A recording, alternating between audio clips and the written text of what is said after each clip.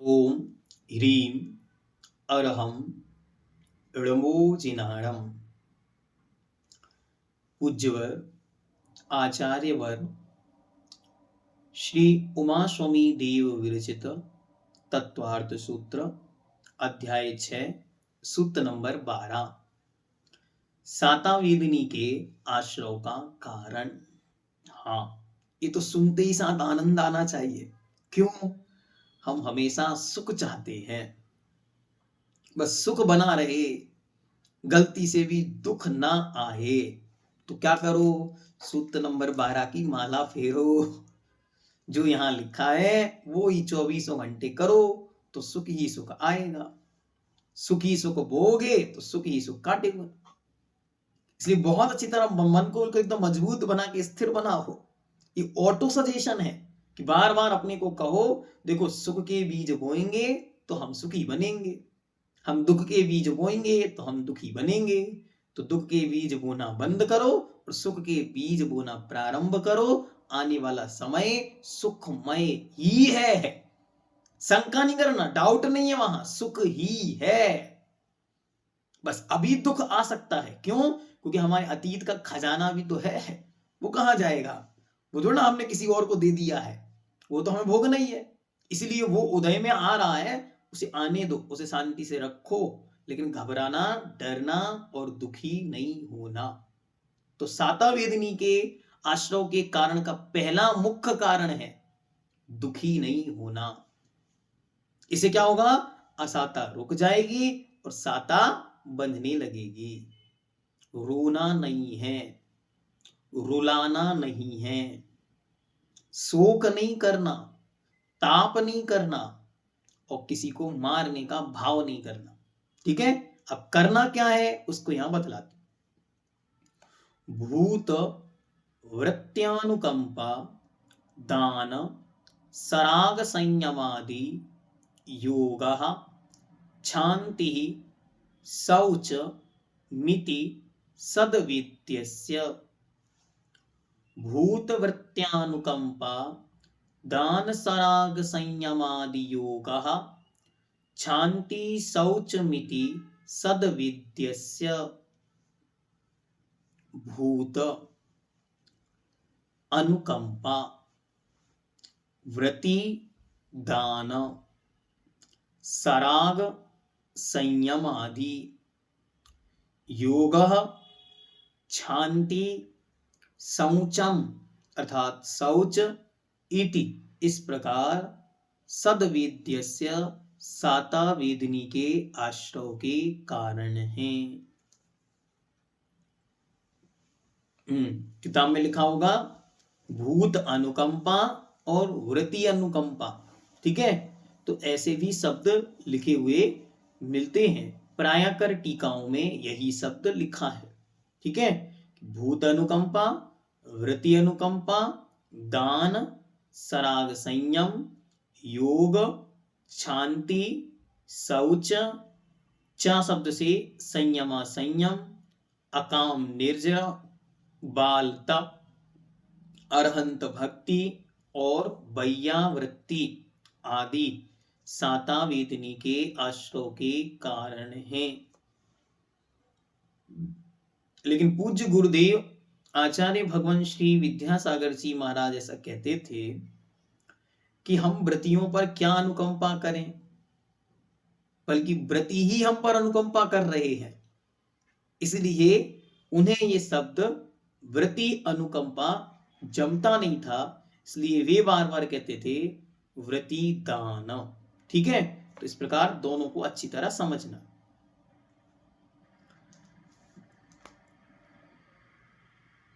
भूत, भूत मतलब संसारी जीव। हाँ, वो वाला भूत नहीं, फिल्मों वाला। रियल में जो जीता है उसका नाम भूत है, प्राणी। तो जो कर्मोदय से नरक आदि की विविध गतियों में गमन करता हुआ संसार में रहता है उसका नाम भूत है। दूसरा व्रति। व्रति कौन है? तो जो पंच पापों का एक देश त्याग करे वो एक देश व्रति, अर्थात प्रतिमाधारी श्रावक एलक क्षुल्लक आरिका माताएं और सकल संयमी मुनि महाराज। ठीक। अनुकंपा, अनुकंपा क्या है? अनुग्रह से, दयार्द, दया से युक्त चित्त वाले के दूसरों की पीड़ा को अपनी ही मानने का जो भाव है उसका नाम अनुकंपा है। दूसरों की पीड़ा अपनी करुणा की परीक्षा लेती। उसकी पीड़ा है और आपके हृदय में करुणा नहीं उत्पन्न हुई, मतलब आपका हृदय पाषाण हृदय है।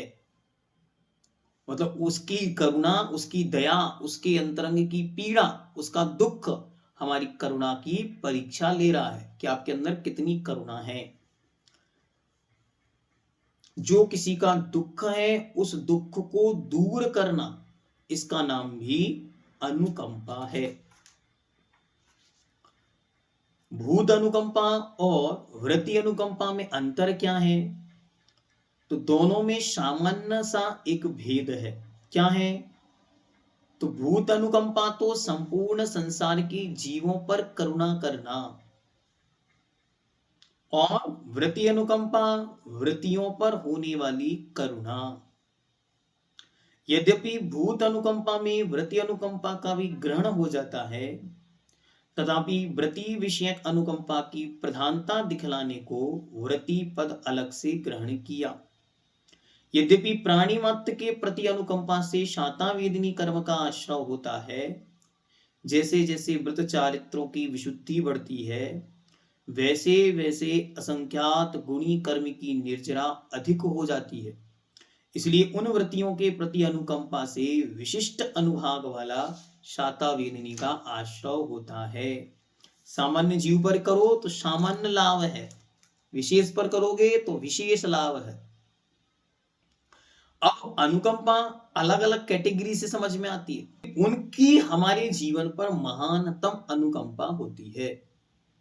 आगे कहते हैं दान। दान क्या है? तो स्व और पर के हित के लिए जो कुछ दिया जाए उसका नाम दान है। सराग संयम, सराग संयम मतलब मुनि मुद्रा, अविराग से युक्त है लेकिन वह मुद्रा ही सराग संयम है। योग अर्थात इन सबको मनोयोग पूर्वक अच्छी तरह धारण करना योग है। जो ऊपर कहा उसको अच्छी तरह धारण करना ये योग। शांति, क्रोध आदि कषायों का अभाव कर क्षमा भाव को धारण करना शांति है। जितना जितना परिणामों में शांत बना है उतनी उतनी शाता वेदनी बंधेगी। कितना लाभ है शांत रहने का। कितना शांत, जितना हम शांत हैं, मैं शांत हूं, एक माला ले लो हाथ में और बार बार अपने को याद दिलाओ मैं शांत हूं। जितने जितना आप शांत हो रहे हैं, अभी केवल वचनों से शांत होंगे, पहले धीरे धीरे मन से शांत होंगे। जैसे जैसे मन से और परिणामों से भावों से शांत होंगे वैसे वैसे साता वेदनी कर्म का आश्रय बंद होगा। तो सुखी होने का एक मुख्य लाभ है ये, मैं शांत हूं। ऐसा करने से एकदम शांत, परिणामों में एकदम निर्मलता, और एकदम जितना शांत आप बनोगे उतनी आपकी शाता वेदनी बढ़ जाएगी। और यहां शाता वेदनी बढ़ेगी, यहां शाता वेदी का अनुभाग बढ़ा और मानो उदय में आई तो सुखी सुख भोगोगे। इसलिए सुखी बनने का मूल मंत्र है शांति। उसके बाद कहते हैं शौच। शौच क्या है? लोभ का त्याग करना। लोभ कम करोगे तो कषाय कम होगी, वो कषाय कम होगी तो आपके निर्मलता आएगी, और परिणामों की निर्मलता से शाता वेदिनी का आश्रय होगा। फिर आगे कह रहे हैं, और यहां आदि शब्द से शौच संयम आदि शब्द है, तो आदि शब्द से क्या लेना? तो आदि शब्द से संयम, संयम, देश व्रत, हाँ व्रती बनो, साता वेदनी बंधेगी। से सब प्रेरणा लो, प्रेरणा दो, व्रती बनो। और फिर इसके बाद अकाम निर्जरा। अकाम निर्जरा बिना इच्छा के ही, क्या, अपनी इच्छा ना होने पर भी परवश में जो शांति से कष्टों का सहन करना है, इसका नाम है अकाम निर्जरा। इससे भी साता वेदनी बनती है। कुछ नहीं बोलना और सहन करना। फिर बाल तप।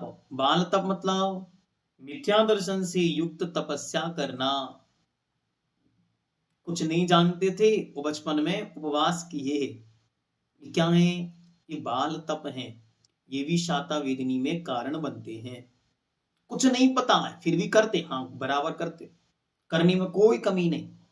जितना हमने किया वो सब साता वेदनी में कारण बनेगा, सुख का कारण है। अभी नहीं तो बाद में सही, लेकिन मिलेगा अवश्य। अन्य ग्रंथों में भी दया, दान, तप, शील, सत्य, शौच, इंद्रियों का दमन, क्षमा, वैयावृत्ति, विनय, जिन पूजन, सरलता, सराग, संयम, संयमा संयम, प्राणियों पर दया और व्रतियों पर दया, ये शाता वेदनी के आश्रव के हेतु कारण हैं। अब क्या करना? अच्छी तरह इसमें कारण आपको बतला दिए। इन कारणों पर प्रतिदिन चिंतन करो, मनन करो और बार बार इन्हें करने का प्रयास करो। जैसे जैसे हम इनके प्रयासों को बढ़ाएंगे, वैसे वैसे साता वेदनी अर्थात शुभ पुण्य योग बढ़ेगा। कोई व्यक्ति आपको पूछता है बहुत जीवन में कष्ट है, क्या करें, क्या उपाय है? दुनिया का सबसे सुंदर उपाय है जिनेंद्र भगवान की भक्ति। दुनिया का सबसे सुंदर उपाय बता रहे हैं आपको। दुख मिटाने का सबसे सुंदर उपाय है जिनेंद्र भगवान की भक्ति। जितनी विशुद्धि पूर्वक, जितनी सुंदर द्रव्य से, जितने अच्छे परिणामों से, जितना जितना निर्मल मन से आप विशुद्धि पूर्वक, शुद्धि पूर्वक जिनेंद्र भगवान की भक्ति करेंगे, उतना उतना शाता वेदनी का आश्रय होगा, उतना उतना सुख बढ़ेगा। इसलिए प्रतिदिन भगवान की भक्ति करने का संकल्प करें। जहां हैं, जिस परिस्थिति में हैं, जिन स्थितियों में हैं, जैसे भी हैं, लेकिन हम अपना एक समय निकालें, 10 मिनट, 15 मिनट, 20 मिनट, 1 घंटा, आधा घंटा, हम प्रतिदिन भगवान की भक्ति रूप कुछ ना कुछ अनुष्ठान अवश्य करेंगे। भक्तामर स्त्रोत का पाठ करेंगे, स्वयंभू पढ़ें, नंदीश्वर पढ़ें, पूजन करें, द्रव्य से पूजन करें। जहां जैसी अनुकूलता हो वैसा कुछ ना कुछ अवश्य करते रहें, क्योंकि इससे क्या होगा? इन परिणामों से शाता वेदनी बनेगी। पूरा का पूरा जो धार्मिक सिस्टम है आपको, वो सारा का सारा साता वेदनी बांधने का उपाय है।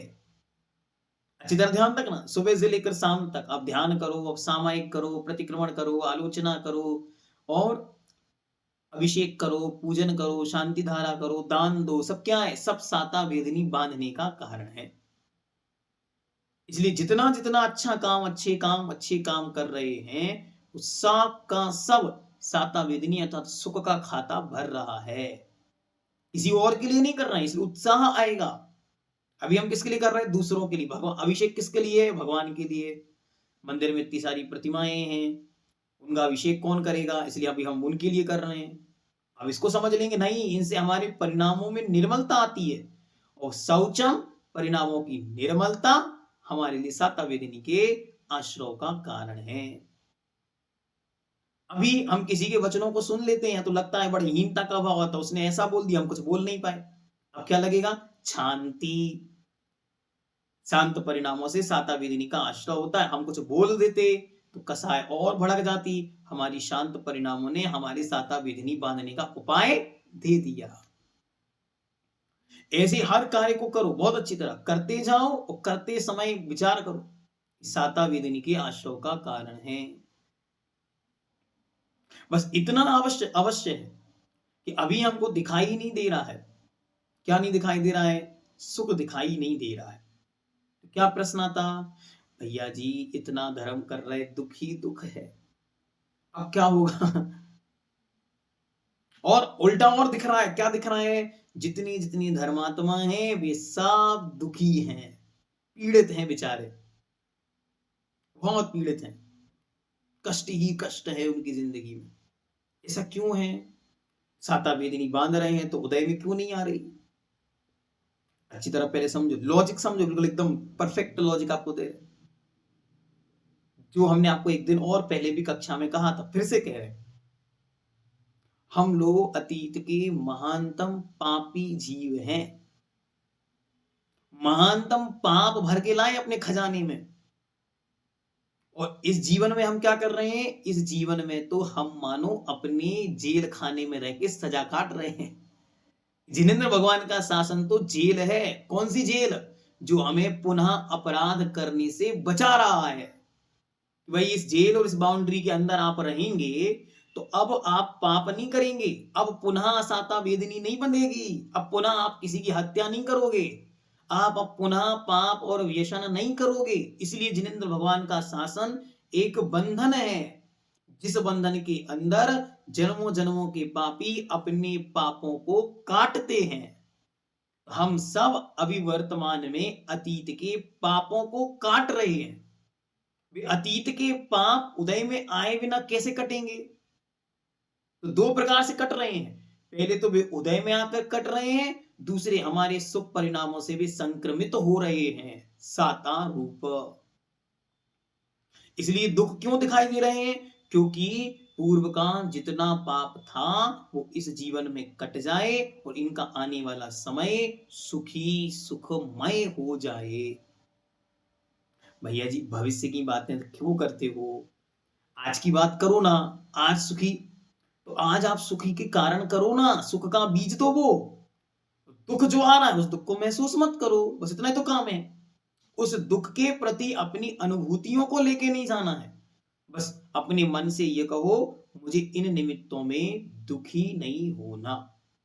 और जितना जितना हम अपने को दुखी होने से बच जाएंगे उतना उतना सुख हमारे साथ बंधना चालू हो जाएगा। और फिर जब वो उदय में आएगा तो महानतम सुख आप भोगना। और अच्छी तरह समझो, जितनी जितनी जीव भी दुख को भोग रहे हैं वे नियम से उनके स्वयं के पाप कर्म का उदय है। क्या? बहुत अच्छी तरह, किसी और का दिया नहीं है। वे यहां धर्म कर रहे हैं सो दुखी हैं ऐसा नहीं है, ना वे धर्म करने से दुखी हैं न धर्म से दुखी हैं। वे जब जब भी दुखी हैं तब तब अपने स्वयं के असाता वेदनी कर्म के उदय से दुखी हैं। तो उनके वर्तमान के दुख को देख करके धर्म से घृणा नहीं करो, अच्छे परिणामों से, अच्छे कामों से, अच्छे लोगों से घृणा नहीं करो कि देखो तो भाई इतनी बड़ी धर्मात्मा है और ऐसी बीमारी हो गई। अशाता वीरिनी कर्म जो अतीत का पड़ा है वो उदय में आ रहा है, ये कटेगा, सुख अवश्य आएगा। उल्टा हम तो ये देख रहे हैं संसार में जो धर्म है ही नहीं जिनके पास, जो को कभी जिन्होंने मंदिर नहीं देखा, चार जिनको अच्छी बातें नहीं आती, वे सब सुखी हैं, तरक्की कर रहे हैं, उन्नति कर रहे हैं, धनवान हैं। तो अच्छी तरह ये ध्यान रखो, चारों तरफ संसार में जिसके पास भी सुख है, सुविधा है, धन है, धान्य है, ऐश्वर्य है, सुंदर शरीर है, पैसा है, ये सब कुछ उनके स्वयं के साता वेदनी कर्म का उदय है जो उन्होंने अतीत में बोया था। वर्तमान में जो वे कर रहे हैं इसका उदय अभी आना बाकी है। बस अब यहां एक ही चीज बची है, वो है धैर्य। शांति के साथ आपको देखना होगा। और इस पंचम काल की ये विडंबना है कहो कि इसी जीवन में व्यक्ति उस चीज को देख पा रहा है। इसीलिए अच्छे परिणाम करते समय कभी मत सोचो कि इसका फल भी बुरा हो सकता है। नहीं, अच्छे का फल तो अच्छा ही है, बस परसेंटेज ऊपर नीचे हो सकता है। अच्छे का फल हमेशा अच्छा ही है। यही इन सूत्रों का अर्थ है कि साता का अर्थ तो साता ही है, सुख ही है, वहां कोई दुख का निमित्त नहीं है। बस इतना है, अतीत का जो भंडार हम भर कर लाए हैं उसका क्या होगा। हमने पूर्व में भी आपको कहा, फिर से कह रहे हैं, अभी भी आप आज की जीवन की डायरी उठा के देखो, सुबह से लेकर शाम तक 24 घंटे हैं। उन 24 घंटे में हमने कितनी मिनट साता वेदनी बोई और कितनी मिनट हमने असाता वेदनी बोई। एक दिन का हिसाब लगाओ, शाम को बैठ के सब अपना अपना बही खाता करते ना, हाँ, नीलेश जी को बिठाल के वो अकाउंट बनवाओ, बैलेंस शीट, एक इस तरफ एक इस तरफ। एक तरफ असेट लिखो साता वेदनी, एक तरफ लाइबिलिटीज लिखो असाता वेदनी। अब इन दोनों में से क्या करना, बैलेंस शीट बननी है, नीचे बैलेंस होना चाहिए। हमारा कोई बैलेंस नहीं है। हमारी तो लाइबिलिटीज असाता वेदनी इतनी हावी है कि साता तो ढूंढती है कि कहां हो तुम, कैसे हो गई। अब ये तो एक दिन का हिसाब हो गया। अब जाओ अपने पिछले, किसमें, जीवन, जन्म में नहीं, पिछले जीवन में। जीवन में मतलब इसी जीवन के पिछले वर्षों में हमने उनमें क्या बोया, वो क्या बोया और उसका क्या फल होगा। अच्छी तरह एक एक दिन का हिसाब बनाते जाओ। आज मैंने इतनी इतनी साता के कार्य किए, इतने इतने असाता के कार्य किए, इज इक्वल टू साता इतनी असाता इतनी। अब जब उदय में आएगी तो क्या चाहिए, हम तो बड़े खुश होकर कहते हैं कि भाई हमें पता है वो ही तो असाता असाता थी, लेकिन फिर भी प्रभु भक्ति के स्वरूप कुछ असाता भी साता में संक्रमित होकर उदय में आ रही है। तो आपको आनंद बढ़ जाएगा जीवन में, दुख नहीं लगेंगे। ये दुख नहीं है, ये पीड़ाएं नहीं है, ये तो हमारे पाप कर्म की जो फ्रिक्वेंसी थी, पोटेंशियलिटी थी, वो कम होकर उदय में आई है। तो आपको अच्छा लगने लगेगा। जो अभी घबराहट होती ना, बुरा लगता है कि भगवान धर्म करते हुए भी सुख नहीं दिख रहा, धर्मात्माओं के जीवन में भी सुख नहीं होता। हाँ, धर्मात्माओं के जीवन में सुख नहीं है तो भी वे धर्मात्मा घबरा नहीं रहे हैं, यही धर्म का फल है।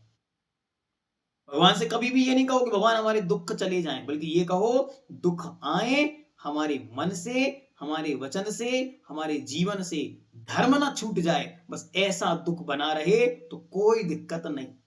दुख आए लेकिन वो हमारे साता वेदनी के परिणामों पर हावी नहीं होना चाहिए। हम अपनी भक्ति, अपना स्वाध्याय, अपना सामायिक, अपनी क्रिया, अपनी आवश्यक और अपना धार्मिक जो अनुष्ठान है, जो धार्मिक पुंज है हमारा, जिससे साता वेदनी बनती है, उसमें बाधा नहीं होनी चाहिए।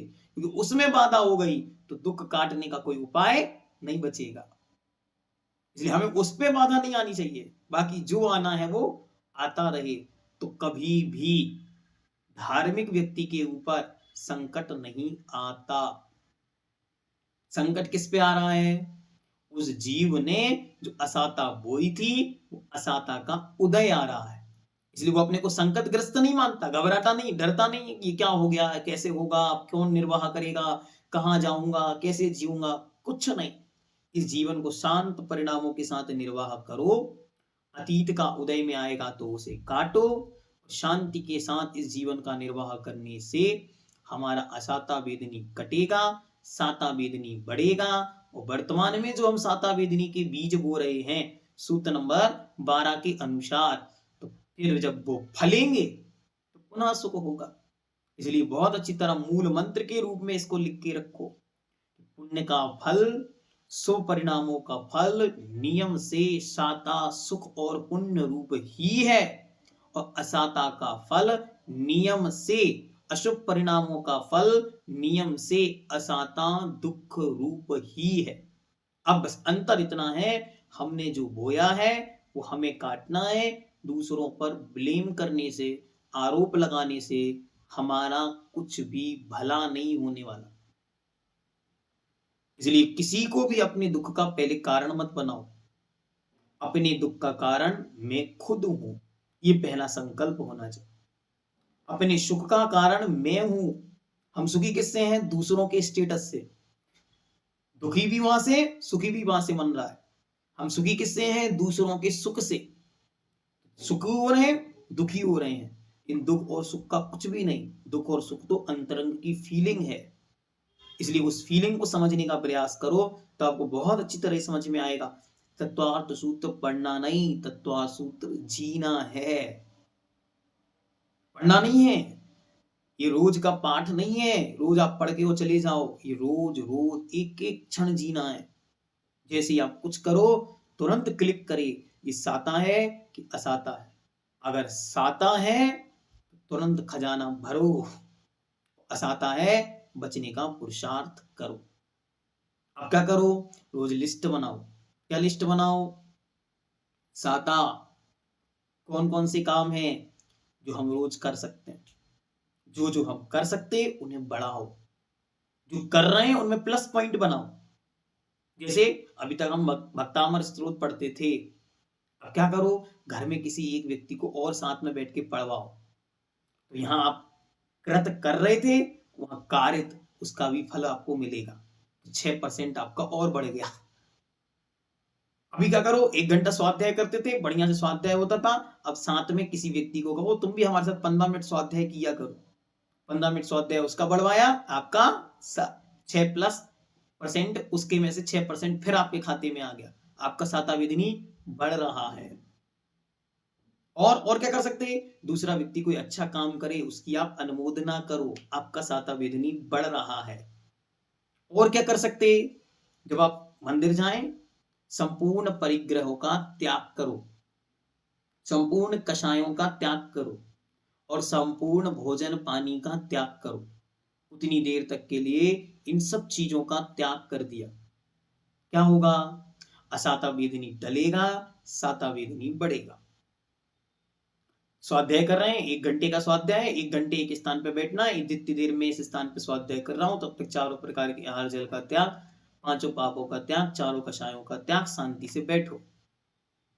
अब क्या होगा, साता वेदनी बन रहा है, असाता वेदनी रुक गए। सो रहे हैं जितनी देर के लिए, उतनी देर के लिए जिस स्थान पे मैं सो रहा हूं उस स्थान से चारों दिशाओं में एक एक हाथ स्थान को छोड़कर 4 प्रकार के आहार जल का त्याग, 5 पापों का त्याग, 4 कषायों का त्याग और शांति के साथ सो रहा है। साता वेदनी बांध सकता है सोते समय। कितना पूर्व का अतीत की भरी हुई असाता काटनी है। कभी कभी विचार किया करो, ये तो बैंक बैलेंस है, अनंत भावों का कचरा हमारे पास रखा है, कौन काटेगा। कौन सी तपस्या कर रहे हैं हम, कौन सी तपस्या है, कोई तपस्या नहीं है, कोई कुछ भी तपस्या नहीं है हमारे पास, कोई साधना है ही नहीं। बस एक साधना बची, उसका नाम है भगवान की भक्ति। बस गृहस्थों के तो एक ही साधना है, उसका नाम है भगवान की भक्ति। इसलिए अपने जीवन में भगवान की भक्ति बढ़ाओ, पाने के लिए नहीं, कुछ खोने के लिए। किसको खोने के लिए, असाता को खोने के लिए। कि इस समय जो उदय में आए आता जाए और कटता जाए, आता जाए और कटता जाए। इसलिए भगवान की भक्ति सबसे महत्वपूर्ण है। और आपके पास 3 काम है बहुत अच्छे, आप चाहो तो रोज करो। पहला काम भगवान की भक्ति, कैसे कैसे कर सकते, सुबह उठते से लेकर शाम तक हम कहां कहां भगवान की भक्ति, भगवान का नाम स्मरण, भगवान का स्मरण जोड़ सकते, हम जोड़ने का प्रयास करें। सुबह सोकर उठें, सबसे पहले 24 तीर्थंकरों का नाम स्मरण करें। इस प्रकार 24 तीर्थंकरों का स्मरण हुआ, माला फेर सकते हैं तो माला फेरें, जितनी डबल हो सकती, जितनी बढ़ सकती उतनी बढ़ाने का प्रयास करें। पूजन करते हैं, जितनी और विशुद्धि के साथ, जितनी अच्छी और अच्छे से कर सकते हैं और अच्छे से करें। 24 घंटे में एक बार किसी स्तोत्र या स्तुति का पाठ करना प्रारंभ करें।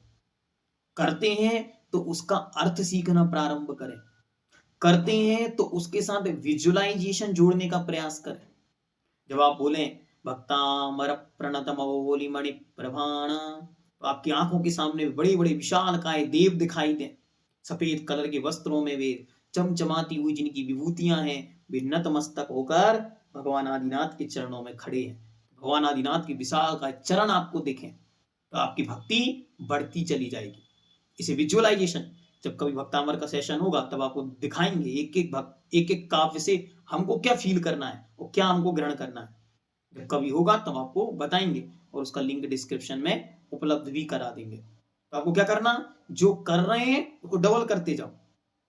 डबल मतलब समय बढ़ाना है उसका पहला, और दूसरा उसकी गहराई बढ़ानी है। भगवान की पूजन करो, एक पूजन करो, लेकिन ऐसी पूजन करो, ऐसी पूजन करो, ऐसी पूजन करो कि उस दिन सौधर्म इंद्र भी कहे, सौधर्म इंद्र की सभा में तहलका हो जाए कि आज जैसी पूजा इन्होंने करी, ऐसी पूजा तो अतीत में किसी ने नहीं करी। ऐसी अद्भुतता के साथ पूजा करना प्रारंभ करो। शाम को प्रतिदिन भगवान की भक्ति, आचार्य वंदना अथवा कोई पाठ अथवा कोई स्तुति करो, और शाम को सोने के पहले पुनः 1 2 3 4 जो भी आप फेर सकते, एक माला फेरो और फिर सो। इतना काम आपका जिनेंद्र भक्ति में हो गया। दूसरा काम जो महत्वपूर्ण हम कर सकते वो है प्रतिक्रमण। प्रतिदिन सुबह और शाम आदत बनाओ, 5-10 मिनट प्रतिक्रमण के लिए निकालो। मुझसे जो गलतियां हुई हैं उन गलतियों की क्षमा याचना करो। और क्षमा याचना का अर्थ ये नहीं कि हम बार बार उनको फिर दोहराएंगे, नहीं, अब तक जो हुआ उसमें से अब मैं कुछ कम गलत करूंगा, कुछ कुछ कम करते जाओ, बस थोड़ा थोड़ा कम, प्रतिदिन प्रतिदिन प्रतिदिन प्रतिदिन होता जाएगा। अतीत में जो हुआ उसको मैं क्षमा, मेरा सब मिथ्या हो, मैं अब उसे पुनः नहीं दोहराऊंगा, और अब मैं जो कर रहा हूं उसमें कुछ गलत ना हो। हे प्रभु ऐसा मुझे संबल दो, ऐसी सामर्थ्यता भगवान से मांगनी है। तो सामर्थ्य जब आपके अंदर विकसित होती जाएगी, इसका नाम है प्रतिक्रमण। प्रतिदिन करना है। सबसे शॉर्ट में है खमामि सभ्य जीवाणम, सभ्ये जीवा खमन्तु मे, मृत्युमे सर्वभूतेषु वैरम मध्यम न केणवी। मैं सब जीवों को क्षमा करता हूँ, सब जीव मुझे क्षमा करें। मैं सब जीवों को क्षमा करता हूँ, सब जीव मुझे क्षमा करें। मैं सब जीवों को क्षमा करता हूँ, सब जीव मुझे क्षमा करें। मेरा सबके प्रति मित्रता का भाव है, यहाँ कोई भी मेरा शत्रु बैरी नहीं है। ये दुनिया का सबसे सुंदर प्रतिक्रमण है। और एक ग्रंथ है मूलाचार, उस ग्रंथ में कम से कम 20 बार साधु को कहा कि आपको 20 बार दिन में बार बार इसको बोलना है। क्यों बोलना है बार बार? याद बना रहे, गड़बड़ नहीं करना, गड़बड़ नहीं करना, गड़बड़ नहीं करना, गड़बड़ होने के पहले याद आ जाए गड़बड़ नहीं करना। और क्षमा याचना इतनी विशुद्धि के साथ करनी है, इतनी निर्मलता के साथ, क्योंकि हम पहले पहचान लिया हम अपराधी हैं। हाँ, अतीत का अपराध है, उसमें कोई दो राह नहीं, यहाँ सब अपराधी ही हैं। पूज्य गुरुदेव ने तो एक कोटेशन लिखा उसको बहुत अच्छी तरह, जितने यहाँ पंचम काल में आए हैं उन सब का अतीत काला है। काला नहीं होते तो पंचम काल में आते क्यों? तो पंचम काल में आए हैं मतलब सबका अतीत काला है। बस अब इतना निश्चित है कि अब आने वाला समय हमारा कैसा होगा वो हम अपने वर्तमान पर डिपेंड करते। जो हम वर्तमान में करेंगे वो भविष्य में होगा। तो अतीत काला होना ये बहुत बुरी बात नहीं है, क्योंकि यहाँ सबका काला है। बस ये हो सकता किसी का कम काला है, किसी का ज्यादा काला है, किसी का कालापन जगत के सामने दिख रहा है, किन्हीं का छिप गया है, किन्हीं का छप गया और किन्हीं का छिप गया। अंतर तो इतना ही है, बस कालापन सबके पास है। कलुषित परिणाम सबके होंगे क्योंकि पंचम काल का प्रभाव है। कलुषता के बिना निष्कषाय परिणाम यहाँ होंगे ही नहीं, हो ही नहीं सकते। बस कषायों की मंदता की जा सकती है। तो अब अपराध कम करके कषायों की कलुषता कम कर सकते, उसके लिए बहुत सुंदर प्रयोग। तीसरा, सामायिक। कम से कम कितनी? कम से कम 6 मिनट करो, थोड़ी और बढ़े 12 मिनट करो, थोड़ी और बढ़े 24 मिनट करो, थोड़ी और बढ़े 48 मिनट करो, लेकिन रोज सामायिक जरूर करो। सामायिक में क्या करना है? कुछ नहीं करना, इसका नाम सामायिक है।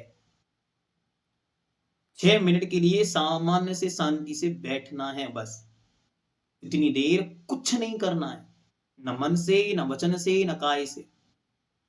किसी को याद नहीं करना है, किसी को बुलाना नहीं, कोई काम याद नहीं आना चाहिए, कोई व्यक्ति याद नहीं आना चाहिए, कोई वस्तु याद नहीं आनी चाहिए। गैस पे क्या चढ़ा है, वॉशिंग मशीन में क्या रखा है, सब भूलकर निश्चल परिणाम की ओर जाना, इसका नाम सामायिक है। अब हम इतनी बड़ी तो हुए नहीं, हम तो आंखें बंद करते हैं तो क्या दिखता है? क्या क्या नहीं दिखता भैया जी, ये पूछो। जिनकी याद सालों से नहीं आई वो भी याद आते हैं, बस आंखें बंद करो तो, आंखें बंद करो पूरा संसार याद आता है। इसलिए आपको कहा कि जब सामायिक की प्राथमिक अवस्था है तो क्या करो, उतनी देर शांति से एकदम शांत बैठ करके अरिहंत नाम का स्मरण करो। कभी ओम, तो कभी ह्रीम, तो कभी श्रीम, तो कभी क्लीम, तो कभी ऐम, तो कभी अरहम, तो कभी णमोकार मंत्र, आदिक आदिक जो 1 2 3 अक्षरी आदि जो मंत्र कहे हैं, इनका जाप ध्यान करो। बस काउंटिंग नहीं करनी, मुख से नहीं बोलना, अंदर ही अंदर उसका जल्प करना है। बिना जल्प के अंदर ही अंदर उनको अंतर जल्प जिसको बोलते हैं वो करने का प्रयास करो। अलग अलग प्रकार से नए नए प्रयोग करो, नई नई प्रकार से ध्यान करो, नए नए प्रकार से कभी आचार्य महाराज को ध्यान दो, कभी आचार्य, कभी पूर्व में हुए आचार्यों का स्मरण करो, कभी अरिहंतों का ध्यान करो, अरिहंतों के मूल गुणों का ध्यान करो, कभी सिद्धों का ध्यान करो, उनके मूल गुणों का ध्यान करो, कभी अन्य अन्य स्तुति पाठों में से कोई पंक्ति निकाल कर उसका ध्यान करो। शांति से बस बैठो और उतनी देर तक अपने मन को स्थिर करके पांचों पापों से बचाना है, शांति के साथ उतना देर निर्वाह करना। कोई 6 मिनट से शुरू करो, 6 मिनट, 12 मिनट, 24 मिनट, 48 मिनट, जो आपकी फ्रिक्वेंसी जब जैसे बन जाए। शुरुआत 6 मिनट से करो। सब लोग आज संकल्प ले लो, हम 6 मिनट प्रतिदिन करेंगे, शांति से बैठेंगे। मोबाइल में एक टाइमर होता है सिस्टम, देखो जाके, है ना, जहां अलार्म लगाते हैं वहां एक टाइमर भी होता है, टाइमर पे क्लिक करो, उसे देखो, उसमें 8 मिनट लगा दो, क्योंकि एक लगाने का एक बजने का लास्ट का, ठीक है। 8 मिनट का टाइमर लगा के सामने रखो और शांति से बैठ जाओ। मन में कहो, मैं चारों प्रकार के आहार जल का, पांचों पाक, चारों कषायों का इन 8 मिनट के लिए त्याग करता हूं। बस णमुकार अंतर अंदर में चलता रहे, शांति से बस णमोकार णमोरिहंताणम। कितना बार हुआ कोई काउंटिंग नहीं करनी, अब तो अनकाउंटेबल होना चाहिए, शांति से, बिल्कुल कुछ नहीं, ना आसन बदलना है ना कुछ करना है, शांति से बैठना है, स्थिरता लानी। इसलिए तो 6 मिनट से प्रैक्टिस करा रहे हैं। 6 मिनट बैठो 6 महीने, फिर 12 मिनट बैठो 6 महीने, 12 महीने नहीं, फिर तो पूरा जीवन निकल जाएगा, बैठना नहीं सीख पाएंगे। शांति से बस शांत होना है। और एक प्रयोग मैं करता हूं, अगर आपको रुचे तो आप वो भी कर सकते हो। शांति से बैठो, फिर कहो मैं शांत हूं, 9 बार बोलो।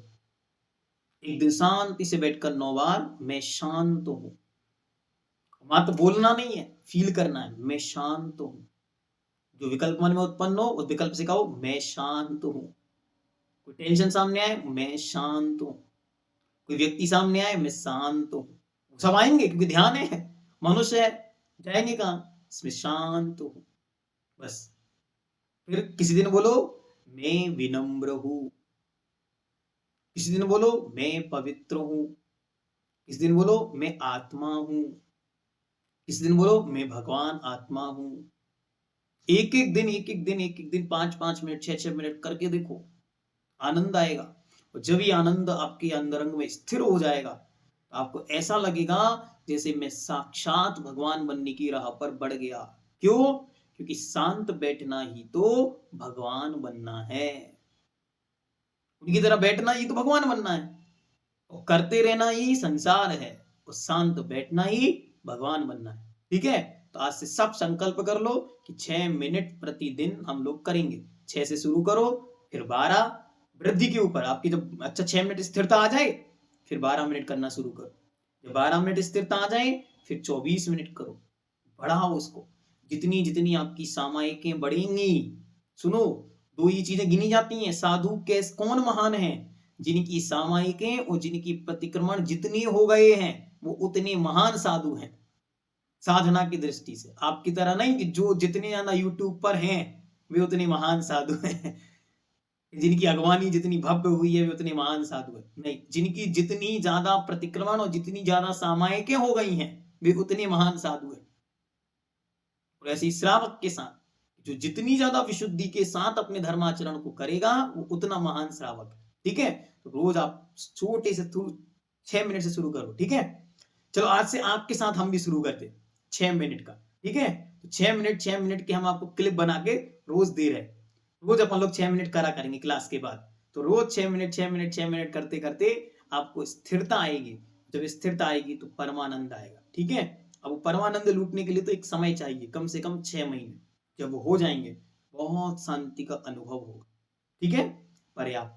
साता वेदनी ही बांधनी इस जीवन का लक्ष्य रखो। बनना हमको भगवान है, पक्का है, लेकिन उसके पहले असाता को छोड़ना और साता में डूबना। बहुत ज्यादा समझना, कभी भी इस पुण्य कर्म को हे नहीं समझो, क्योंकि अगर जिसने इसको हे समझ लिया उसकी जिंदगी हे हो गई। कभी भी इसको हे नहीं समझो, हमेशा यही समझो जो हम कर रहे हैं ऐसा दत्त चित्त होके करना है कि दुनिया में इतना अच्छा कोई कर ही नहीं सकता। बस ऐसी काम हमको करना परफेक्शन के साथ। मुनि महाराज को आहार दो, ऐसे दो कि राजा श्रेयांश भी सोचे कि जैसे मैं नहीं दे पाया वैसे ये दे रहे हैं। ऐसी विशुद्धि हमारे अंदर आ जाए। भगवान का अभिषेक करें, ऐसे करो कि क्षीर सागर का जल था, 1000 कलश थे, सो धर्मेंद्र भी उतनी विशुद्धि से नहीं कर पाया जितना मैं कर रहा हूं। स्वाध्याय करो, ऐसा स्वाध्याय करो जिसे साक्षात हमारे सामने तीर्थंकर परमात्मा गणधर भगवान को पढ़ा रहे हो। गणधर भगवान हाथ जोड़कर स्वाध्याय कर रहे हो।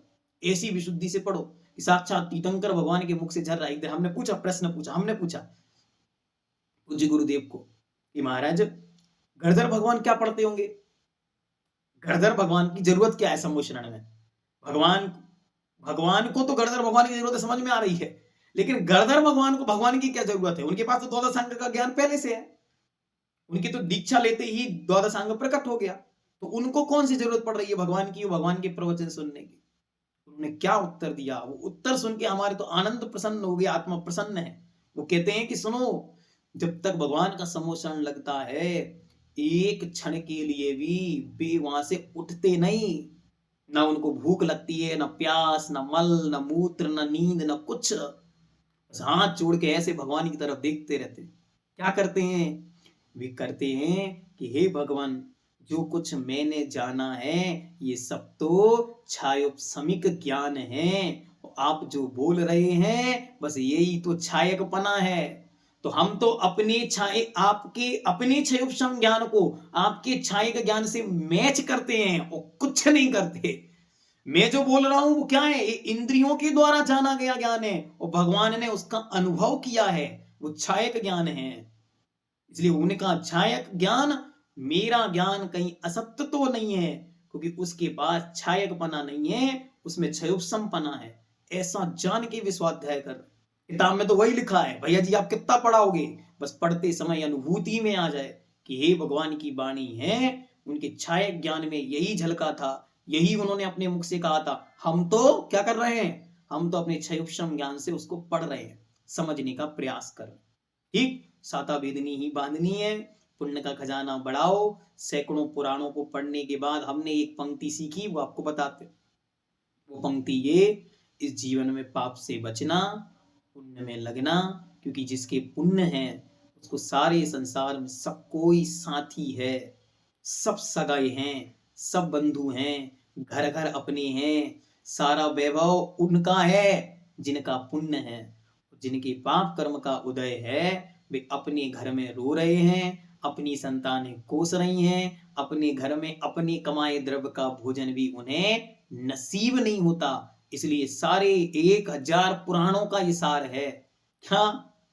जीवन में जो कुछ अच्छा है सब पुण्य का उदय है, जो कुछ बुरा है सब पाप कर्म का उदय है। इसलिए अच्छे की शरण में हमें जाना है, बुरे से बचना है, जिससे एक दिन हम सब भगवान बनेंगे।